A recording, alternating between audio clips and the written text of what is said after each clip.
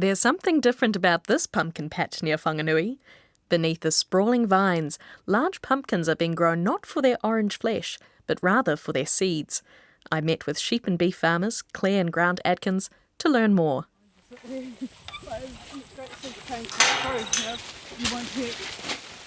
In a flat paddock in a koia near Whanganui, sheep and beef farmers Clare and Grant Adkins have a different crop growing. Pumpkins. I'm Clare Adkins, and Grant and I have been farming here on the outskirts of Whanganui for about the last 15 years. We farm about 2,000 ewes and some beef cattle as well. We're about 500 hectares effective. Mainly hill country with some flat. Obviously where the pumpkins are, we're flat. We've diversified into pumpkins as just another income stream really, and producing a plant protein alongside our animal proteins. This year's been a little bit drier than most, but we seem to be recovering from it reasonably well. And we're standing out here in one of your flat paddocks full of pumpkins. Can you tell me a little bit about the variety of pumpkin you're growing here?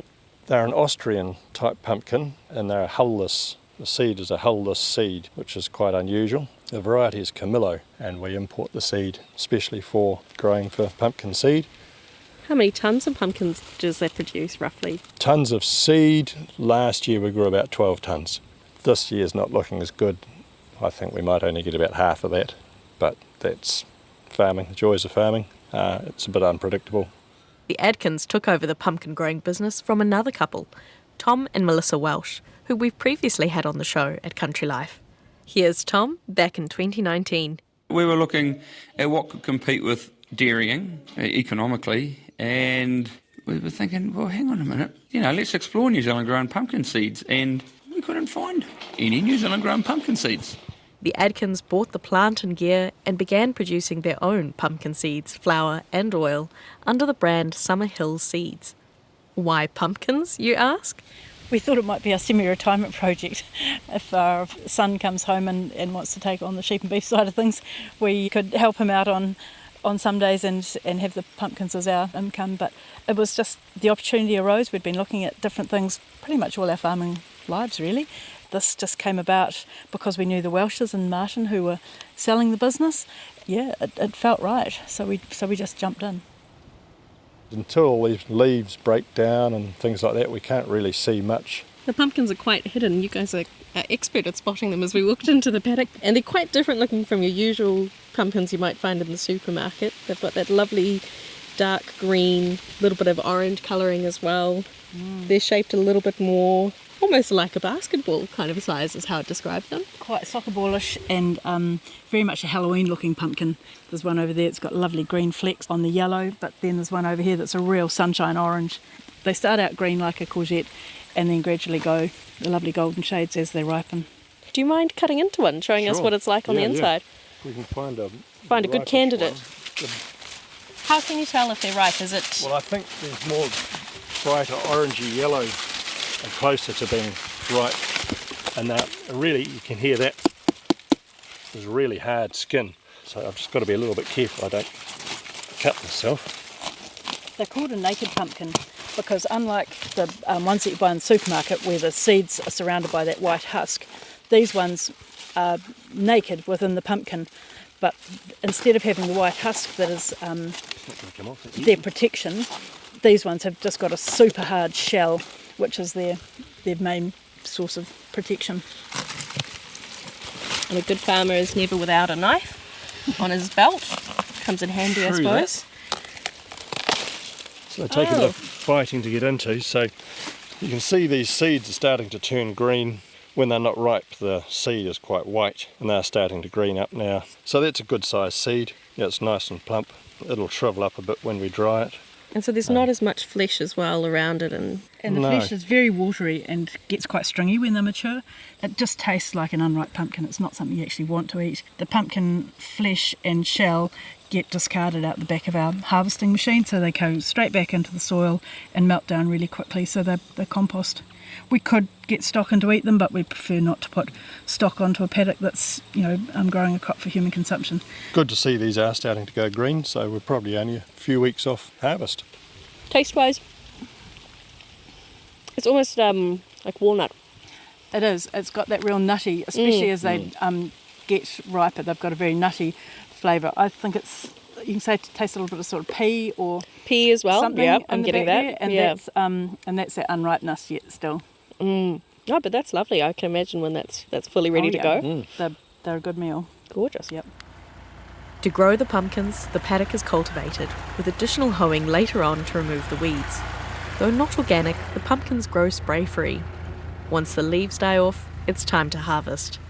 The vine goes for miles.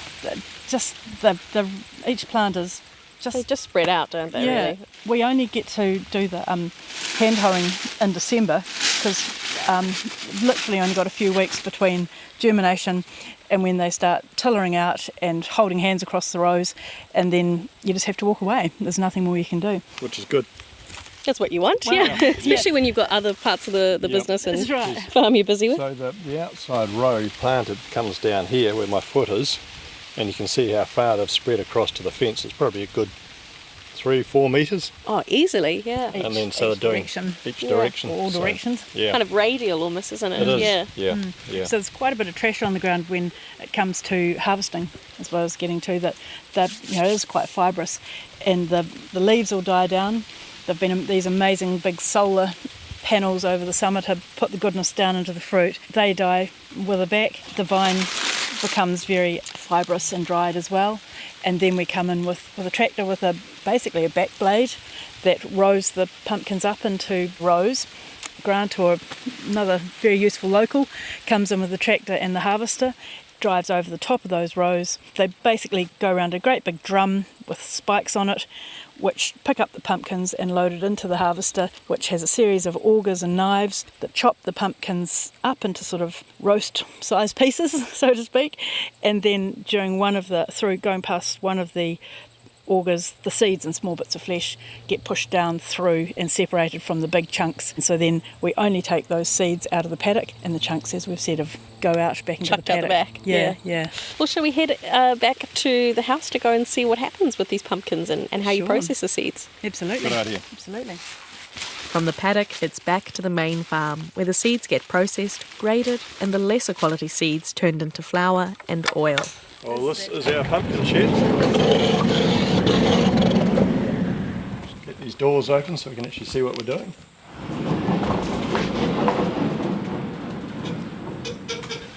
There we are. Hello. Wow.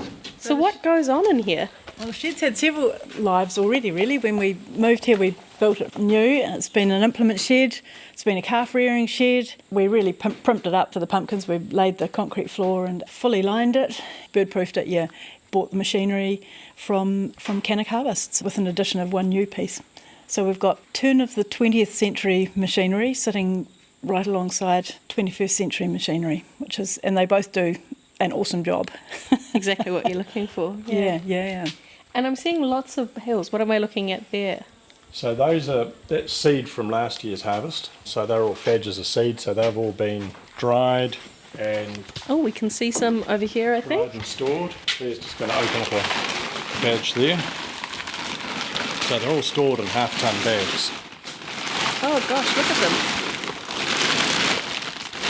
So that's what comes out of the harvester after it's been dried. Well, it's what it comes out like after it's been dried. So you can see bits of skin still there. I suppose it gets a bit filtered and sorted, or... Yep. So the machine behind us here, the seed cleaner, that'll take out all the skin, and all these fluffy bits and little wee bits of cracked seed and splintered and things like that. While Grant's busy setting up, Claire talks me through the nutritional benefits of pumpkin seeds. Pumpkin seed flour is gluten-free, which is a real bonus, and it's got a really high protein value. Ours is tested at 52% protein, so really great for vegan, vegetarian eating. It does keep its colour, so it's a light green. I think that's positive because green's a healthy colour, and it's got a little bit of texture and a little bit of flavour. We get to the flour by pressing the seeds for the oil, so you have to get rid of the oil in order to get the flour. Those operations are done off farm. We contract someone to do that for us, and the oil is glorious. It's a gorgeous green colour. When you see it en masse, it looks red. Yeah. Right. And you can see it looks really red. But when you pour it out... To the side, yeah, it has got that green. Yeah. It's a gorgeous green. It's a low smoke point oil. So like olive oil, you don't heat it in a wok or a pan on its own. But if I'm doing stir-fry vegetables, I put the veggies in first, drizzle the oil over the top, and then stir-fry them. We do about a tablespoon every morning in a smoothie for breakfast. It's a really healthy oil, great for skin and hair, and there are definitely health benefits as well as just being a really nice tasting oil. And yeah, you can use it in any way that you'd use olive oil. The sorting process is key to ensuring they get the best ingredients for each product. The highest quality seeds are cleaned up and sold as is, while the lesser quality seeds are crushed and turned into flour off-site, with the oil also sold as a product. So what happens is, start from the beginning, the seeds come back from the paddock in those green plastic like troughs that you can see out there, and they get soaked overnight, and then they get put through a washing machine, which is outside. It's just a sort of a centrifugal thing. So then the seeds come in and get put on the dryer. Come have a look at our dryer. Pop round. So just a drying belt, or not belt, but just kind of frame, I suppose. Yeah, best way to explain it. About a 7 metre long, 1.2 metre wide, big rectangular box with perforated sheet steel mesh set at about a metre high, and we pour the seeds onto this. So this whole great big long table will be covered to with about 6 inches deep of seed. The sort of like green little slippery wetsuits at that stage. And we have a big gas burner outside, which has got 3 gas bottles attached to it, and then a fan. So the air is blown in underneath the perforated sheets, and then the hot air rises and goes through the seeds. So it takes about 14 hours to dry the seeds down as much as they need to be. And to date, we've been turning that by hand, which is a good muscle building job. I can imagine 6 inches deep, that's pretty thick.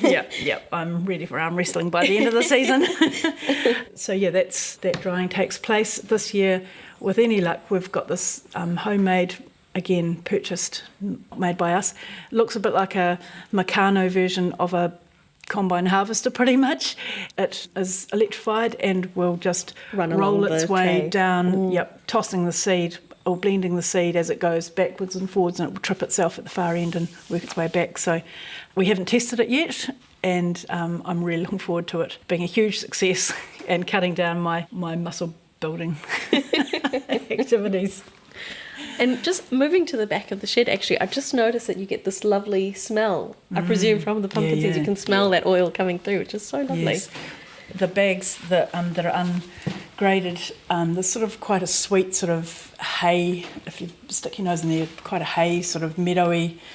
It is, it's really aromatic and quite a nice warm sunshiny sort of smell.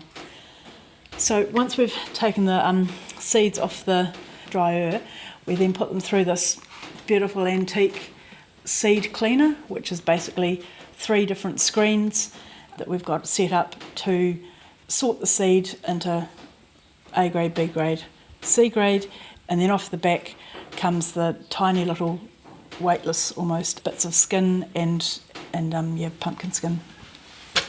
So we can set that going for you if you like and show you how it works.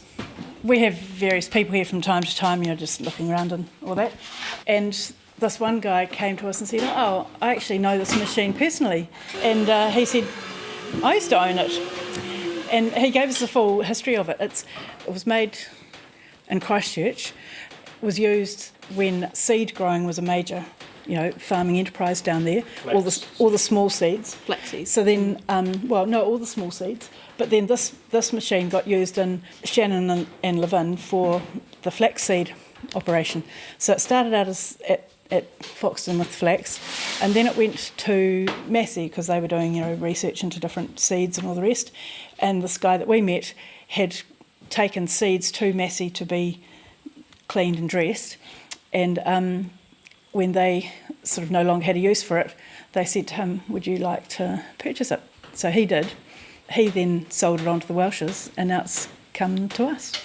Oh, wow. So she's a grand old lady. It sort of looks like a two-story piano. It just does, has got actually. this lovely, beautiful mechanical action. It's electric powered now, but I'm sure it was probably driven by a stationary steam engine originally. It's all wood, and all it requires is a bit of grease, which is amazing. Now we're loading up some seed to be sorted or to be put through this grand old lady.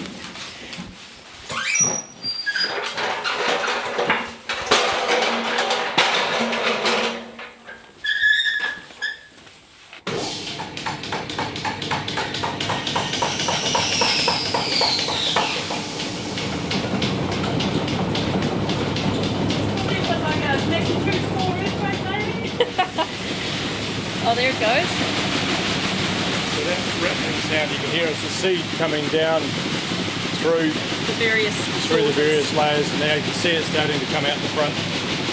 Oh, yes, yeah. I'm a bit short, but And then, so this is the A grade seed coming out here on the right hand side.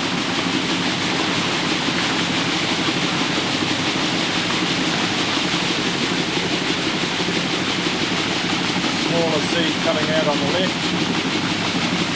not as much. And then round the corner here,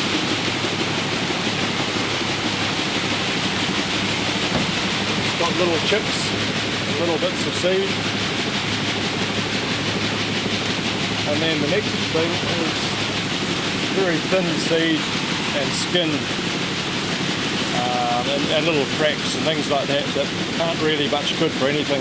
It's too thin to even get oil out of or anything else, so that'll just go as stock food. Chooks, whoever wants to eat it really. sure. And then, as you can see, there's also all white Little fluff. fluff that's getting pulled out by the vacuum on it, and that's just off it's like a very fine skin over the seed. A dried kind of flake It's almost. just dry and it just flakes off. Yeah. So And then in this one as well, all of the fleshy dried bits get dripped yeah, across so it the bigger pieces of pumpkin skin come off this top. All these bits and pieces here that don't look quite so flash. You know, there's a broken seed there and a chunk out of that one. So next thing is we'll put it through the colour sorter, and that'll take out all those Other bits and pieces. impurities, Yeah. After being sorted in the grand old lady, the seeds go through a further analysis in the more modern colour grading machine. So what would happen is our A grade seed will go from that to here to be sorted ready for sale of the A grade, and what comes out is the B grade seed that we then have got a second program that we put into the machine, and it can do a second sorting which will give us a baker's grade seed that we are happy to sell to bread makers or anyone that wants to use seed that have got just a little bit of yellow, some of the green skin has come off, or just a second grade seed. And then that still leaves a third grade seed that we will get pressed into oil and then ground into flour. And so this is a bit of new kit for you guys. Yes, yeah. So we've moved from the 20th century piece of machinery onto the 21st century piece. It's a colour sorter, so God knows how computers work, but basically we have taken photos of what we consider to be good green seed, and then photos of seed that have got yellow, which is basically a skin layer has come off, or chip seeds, and come forward here you can see as the seeds come down this chute that looks a bit like the end of a hydro dam, really, doesn't it? It does actually, yeah. Or a waterfall type thing. The seeds pass over those little grills, and somewhere in there is a camera that's taking simultaneously photos of both sides of each pumpkin seed and Telling you making a which place decision to go. as to whether they're good or bad seeds. And so, yeah, it blows my tiny mind, but it's very cool and is hugely labour saving. We've only had it 3 weeks, but it's done in less than 3 days, what normally takes me and a helper a month to do. And show you how it works.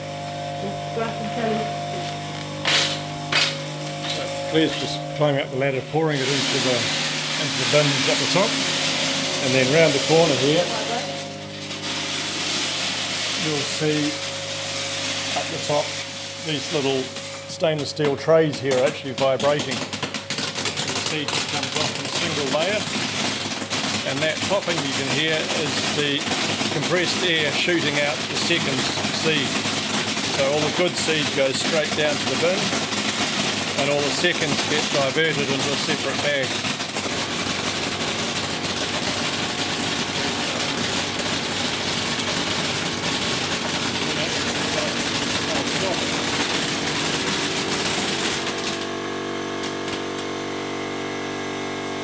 So because this is sort of B grade seed that we're separating into 2 batches, there's more popping than if we were separating out the A grade from the B grade, because obviously the proportions are different.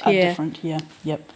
Because we can do it so quickly, it's worth it to get out another good grade of seed that A, we can sell, and that B, people can eat, and then the rest goes into the oil and flour. That was Clare and Grant Adkins I was speaking to at their farm near Whanganui. They're busy at the moment bringing in the latest bunch of pumpkins for Summerhill Seeds. We have some goodies to give away too. Some of their pumpkin seeds, flour and oil are up for grabs for keen listeners. Just tell us the name of the pumpkin species they're growing to go into the draw. You can email us your answers, country@rnz.co.nz.